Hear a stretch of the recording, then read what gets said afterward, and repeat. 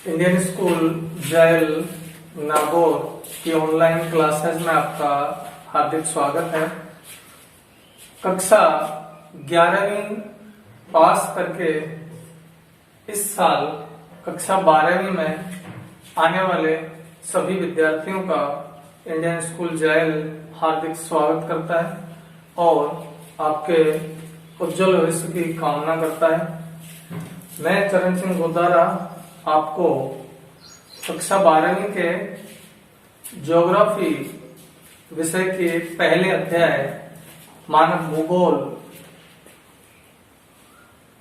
उसकी प्रकृति और विषय क्षेत्र के बारे में इस वीडियो के माध्यम से बताऊंगा। तो भूगोल का जो पहला अध्याय है वो है मानव भूगोल। मानव भूगोल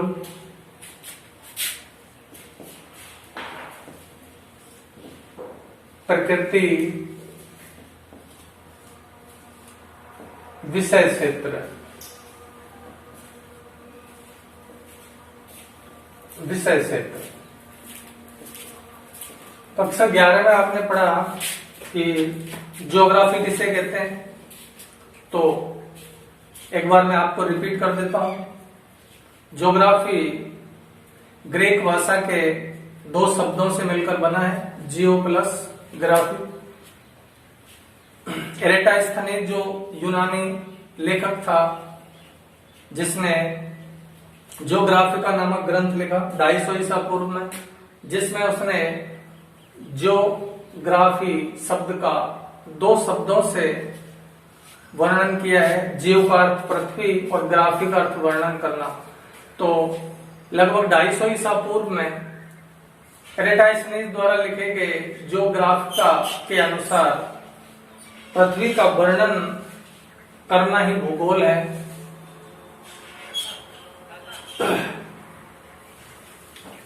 ब्रिटेन के जीव विज्ञानी चार्ल्स डार्विन से प्रेरित होकर जर्मनी के भूगोलवेत्ता फ्रेडरिक रेडजेल ने एक पुस्तक लिखी जिसका नाम था एंथ्रोपोजियोग्राफी। एंथ्रोपोजियोग्राफी में उसने पहली बार मानव भूगोल शब्द का जिक्र किया और यहीं से मानव भूगोल की शुरुआत मानी जाती है। तो मानव भूगोल क्या है, इसकी प्रकृति क्या है, इसका विषय क्षेत्र क्या है, ये इस लेसन में हम समझेंगे। तो ये क्लियर होता है भूगोल किसे कहते हैं। पृथ्वी और उसके घटकों का अध्ययन करना भूगोल है। भूगोल को कितने भागों में बांटा जाता है? भूगोल मुख्य रूप से दो भागों में बांटा जाता है, मानव भूगोल, भौतिक भूगोल और मानव भूगोल। पहला है भौतिक भूगोल।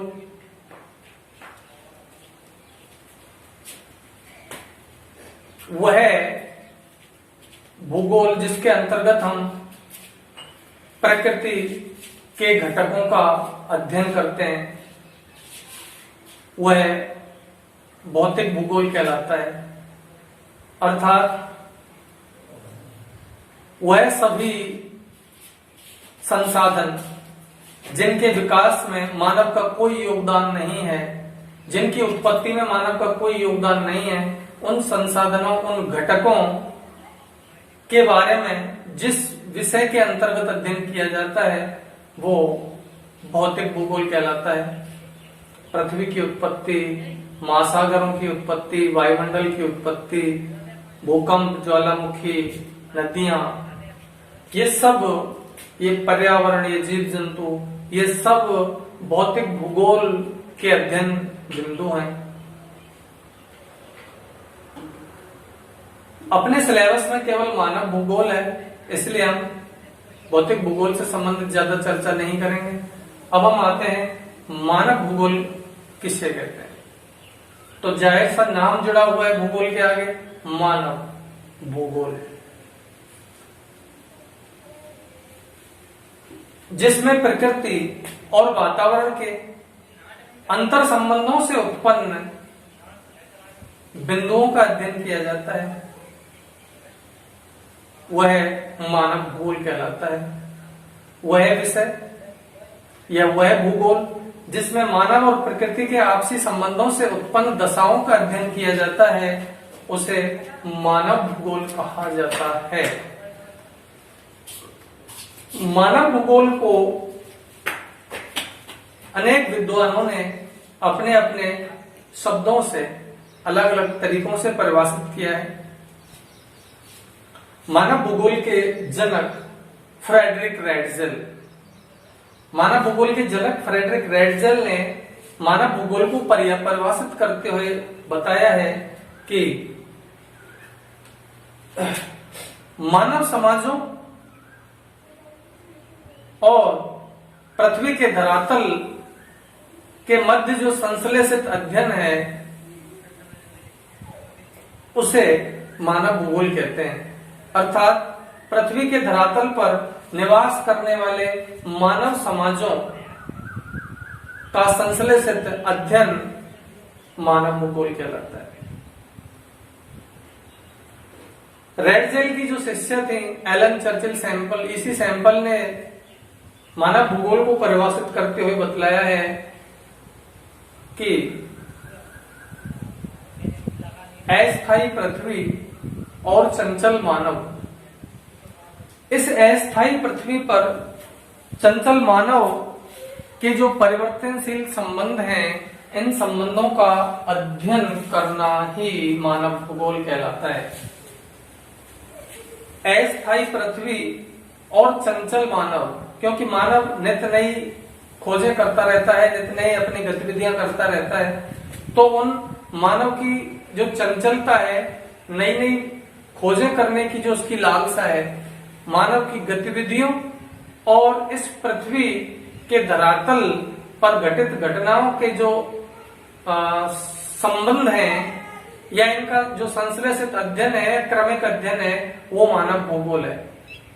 चंचल मानव और अस्थायी पृथ्वी के आपसी संबंधों का परिवर्तनशील अध्ययन मानव भूगोल कहलाता है।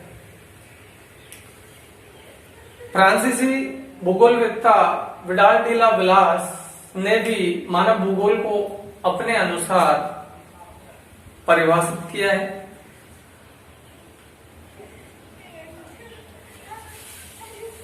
पृथ्वी को नियंत्रित करने वाले, विडाल डी ला विलास कहते हैं कि पृथ्वी को नियंत्रित करने वाले भौतिक नियमों और उस पर निवास करने वाले जीवों के मध्य संबंधों का अध्ययन मानव भूगोल कहलाता है। इन सबका जो निष्कर्ष निकलता है वो एक ही है कि मानव और प्रकृति के जो मध्य संबंध जुड़ते हैं और उन संबंधों से जो भी सांस्कृतिक दृश्य उत्पन्न होते हैं या जो संबंधों से नई दशाएं उत्पन्न होती हैं, वह मानव भूगोल कहलाता है। जैसे रेटजेल ने कहा है, रेटजेल कहते हैं कि पृथ्वी के धरातल पर निवास करने वाले मानव समाजों का संश्लेषित अध्ययन।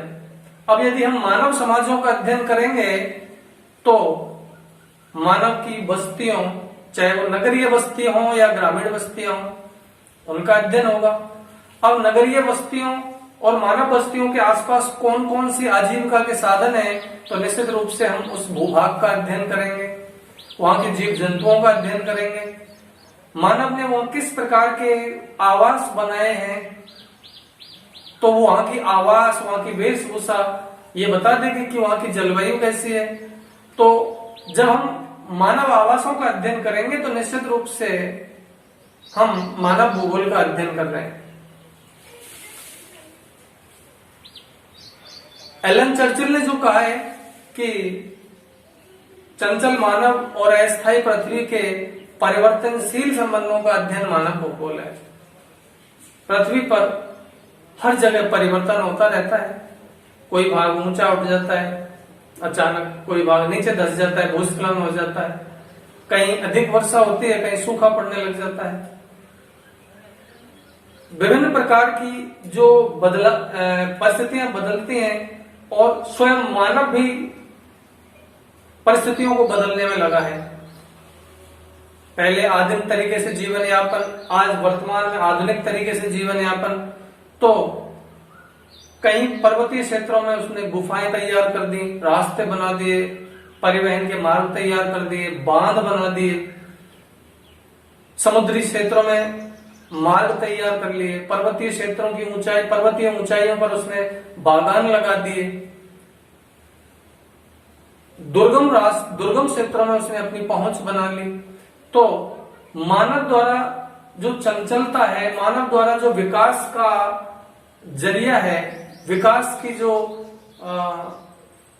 स्पीड है, उस विकास के स्पीड के चलते हुए जो भी परिवर्तन आया है, उस परिवर्तन को समझना और उसका अध्ययन करना मानव भूगोल है। विडाल डीला ब्लास भी कुछ इसी प्रकार से अपने शब्दों में कहते हैं। उनका भी निष्कर्ष यही निकलता है कि पृथ्वी को नियंत्रित करने वाले भौतिक नियमों, पृथ्वी को नियंत्रित करने वाले भौतिक नियमों और इस पर निवास करने वाले जीवों के मध्य जो संबंध है, परिवर्तनशील संश्लेषित अध्ययन इसका, वो मानव भूगोल है। पृथ्वी को नियंत्रित करने वाले भौतिक नियम, हवाएं क्यों चलती हैं, वर्षा क्यों होती है और वर्षा क्यों आवश्यक है, मानव वर्षा जल का उपयोग किन किन कार्यों में करता है, जिन क्षेत्रों में वर्षा अधिक हो रही है या मध्यम हो रही है, वहां किस किस प्रकार की फसलें पाई जाती हैं, जहां वर्षा कम होती है वहां फसलें कम क्यों होती हैं, वहां मानव का जनसंख्या घनत्व कम क्यों मिलता है। इन सब बातों का जब हम अध्ययन करेंगे तो यही अध्ययन मानव भूगोल के नाम से जाना जाएगा। यही विषय मानव भूगोल कहलाएगा, क्योंकि उसमें स्वयं मानव जुड़ जाता है। तो पृथ्वी को नियंत्रित करने वाले भौतिक नियमों और उस पर निवास करने वाले जीवों का जो संश्लेषित अध्ययन है, विडाल डीला ब्लास के अनुसार वह मानव भूगोल है। तो यहां तक हम ये समझते हैं कि मानव भूगोल किसे कहते हैं। मानव और प्रकृति के मध्य संबंधों से उत्पन्न जो दशाएं हैं, उनका अध्ययन करना मानव भूगोल कहलाता है। जब मानव एक तरफ हो जाता है, मानव को हम एक तरफ कर दें तो सिर्फ प्रकृति के घटक बचते हैं, तो उसे हम मानव भूगोल नहीं कह सकते। उनका यदि हम अध्ययन करते हैं, भूगोल की जिन शाखाओं में मानव को एक तरफ कर दिया जाए, सिर्फ प्राकृतिक घटकों का अध्ययन करें तो वो प्राकृतिक भूगोल होगा, और जब मानव और प्रकृति के संबंधों का अध्ययन करेंगे तो वो मानव भूगोल कहलाएगा।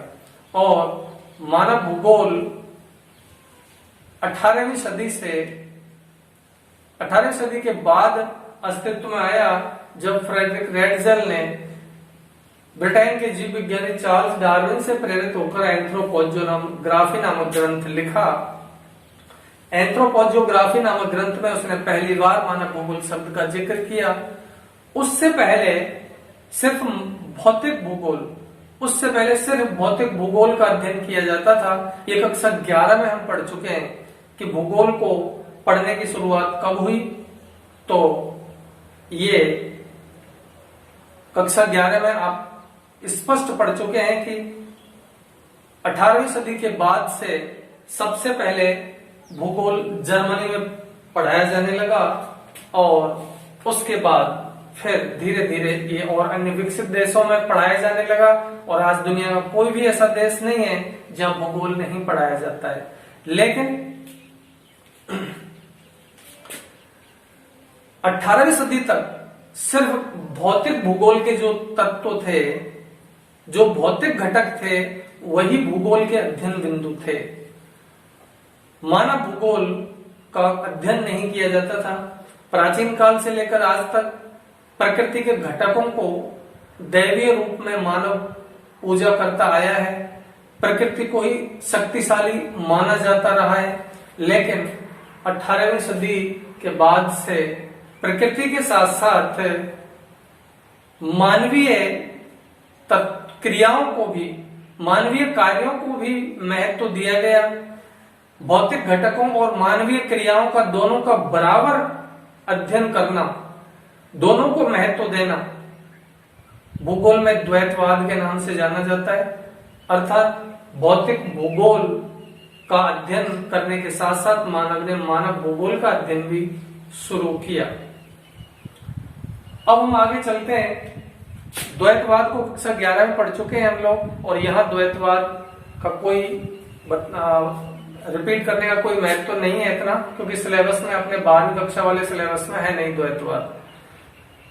द्वैतवाद का द्वैरी विचारधारा से है, और द्वैरी विचारधारा भूगोल में, मानव भूगोल की शुरुआत हो जाने से हुई। पहले सिर्फ भौतिक भूगोल का अध्ययन किया जाता था, वो इकहरी विचारधारा थी, और जब से मानव की क्रियाओं को भी महत्व दिया जाने लगा, तो मानव भूगोल और भौतिक भूगोल दोनों को मिलाकर द्वैतवाद शुरू हुआ।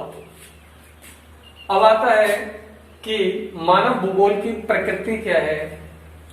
मानव भूगोल की प्रकृति को भी हम कक्षा 11 में पढ़ चुके हैं। मानव भूगोल की प्रकृति विज्ञान से मेल खाती है।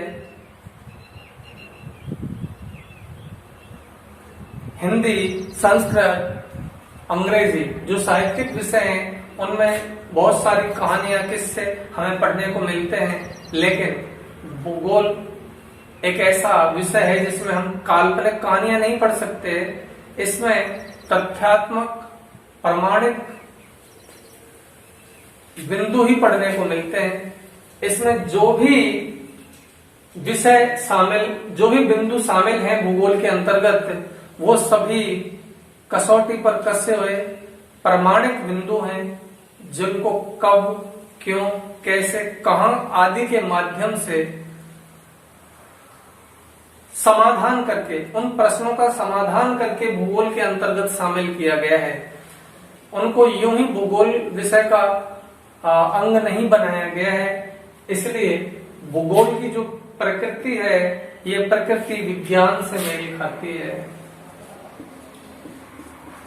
भूगोल एक विज्ञान है। कक्षा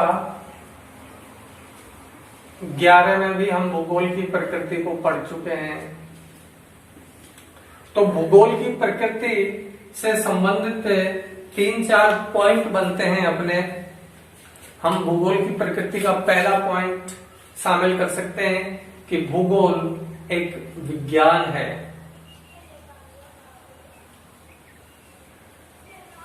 जिसमें वह सभी बिंदु शामिल, अध्ययन बिंदु शामिल किए जाते हैं जो प्रमाणिक हैं।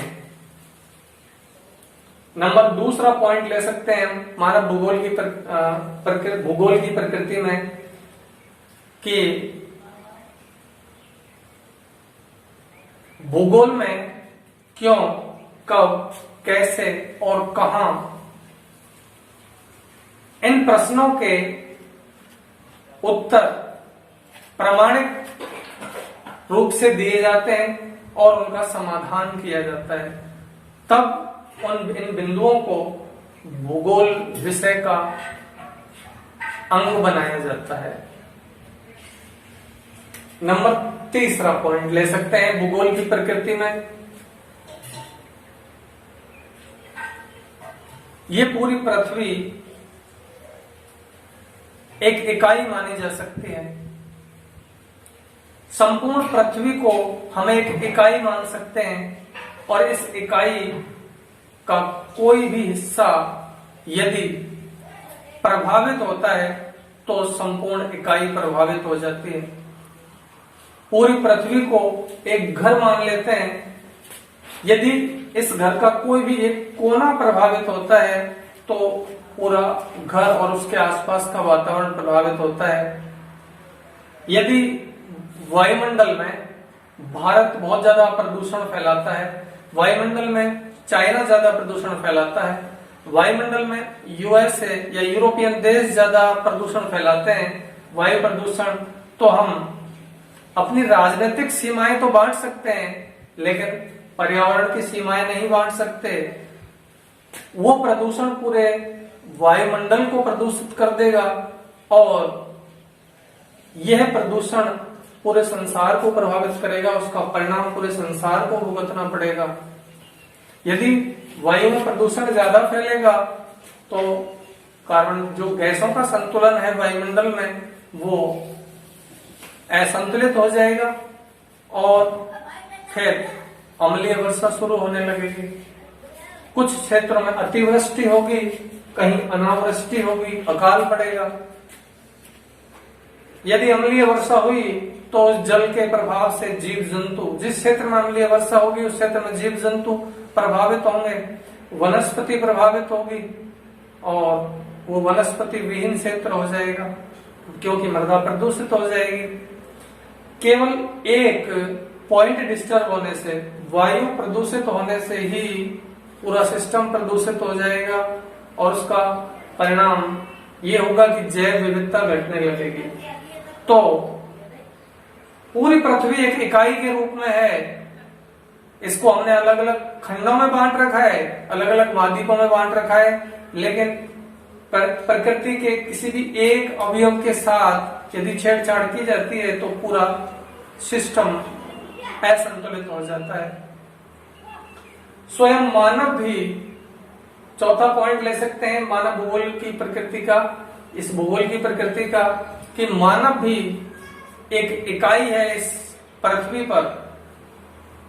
मानव भी एक जैविक इकाई है और ये मानव इस प्रकृति के विकास में सहायक भी है। प्रकृति पर अपना प्रभाव डालता है और ये प्रकृति भी मानव को प्रभावित करती है। ये एक दूसरे के सहायक भी हैं और एक दूसरे को प्रभावित भी करते हैं। निष्कर्ष रूप में हम ये कह सकते हैं कि मानव भूगोल की जो प्रकृति है वो विज्ञान से मेल खाती है।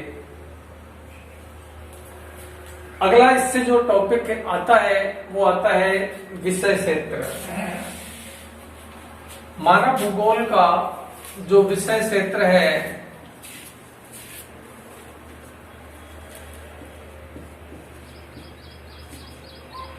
उस पर चर्चा करते हैं। अभी आपको बताया जा रहा था कि मानव भूगोल की जो प्रकृति है वो विज्ञान से मेल खाती है। तो जाहिर है कि मानव भूगोल का जो विषय क्षेत्र होगा वो मानव के इर्द गिर्द ही होगा। स्वयं मानव भूगोल का मेन पॉइंट है अध्ययन का, पहला जो बिंदु है वो है मानव और उसकी गतिविधियां मानव भूगोल का सबसे पहला अध्ययन बिंदु है। मानव भूगोल का जो विषय क्षेत्र है उसका पहला बिंदु है स्वयं मानव।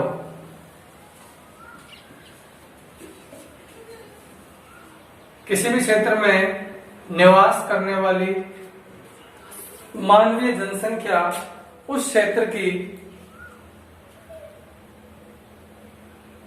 पहली भूगोल की अध्ययन बिंदु होती है।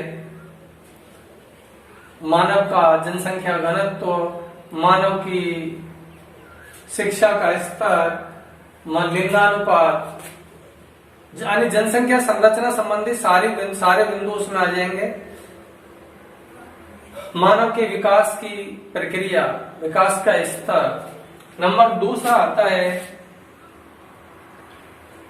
उस क्षेत्र विशेष में पाए जाने वाले प्राकृतिक संसाधन। प्राकृतिक संसाधन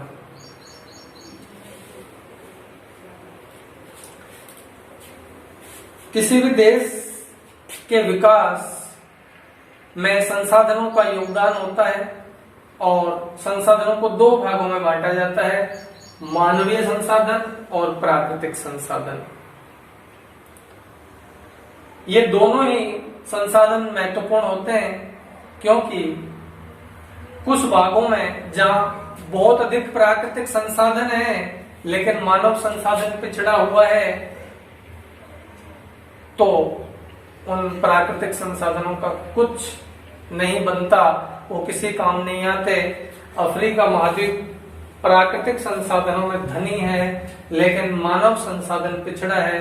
वहां शिक्षा का स्तर कम है, जन्म दर अधिक है, मृत्यु दर भी अधिक है और आर्थिक विकास का स्तर पिछड़ा हुआ है। वह देश अब तक यूरोपियन देशों के औपनिवेशिक शक्तियों के गुलाम रहे हैं, तो अफ्रीका महाद्वीप विकास नहीं कर पाया और आज भी पिछड़ा हुआ है। प्राकृतिक संसाधन में धनी होते हुए भी मानव संसाधन में पिछड़ा हुआ अफ्रीका गरीब और भूखा महाद्वीप कहलाता है। कुछ क्षेत्रों में प्राकृतिक संसाधन बहुत ही कम हैं लेकिन मानव संसाधन अधिक क्षमताओं वाला है, तो वहां विकास का स्तर बहुत ज्यादा मिलता है। जैसे कि अपने एशिया में जापान को ले लें, जापान में प्राकृतिक संसाधनों की बहुत कमी है। प्राकृतिक संसाधनों में पिछड़ा हुआ जापान मानव संसाधन में धनी है और इसीलिए एशिया का एकमात्र विकसित देश जापान है। तो मानव संसाधन का अध्ययन पहला बिंदु है भूगोल के विषय में। भूगोल के विषय क्षेत्र में जो बिंदु शामिल है वो पहला है मानव। मानव के बाद आता है उस क्षेत्र में पाए जाने वाले प्राकृतिक संसाधन। नंबर तीसरा आता है मानव और प्रकृति के मध्य समायोजन।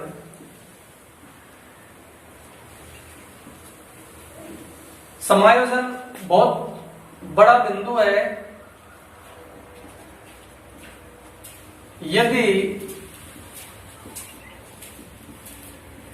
मानव प्रकृति से समायोजन नहीं कर पाता है तो वह विकास नहीं कर सकता। जिस क्षेत्र में जो प्राकृतिक संसाधन मिलते हैं उन प्राकृतिक संसाधनों का मानव किस प्रकार से उपयोग कर पाता है, उनसे कैसे एडजस्टमेंट, समायोजन का अर्थ होता है इंग्लिश में एडजस्टमेंट, मानव किस प्रकार प्रकृति से एडजस्टमेंट करता है और वो कितना विकास कर पाता है, ये पॉइंट भी मानव भूगोल के विषय का एक बिंदु होता है।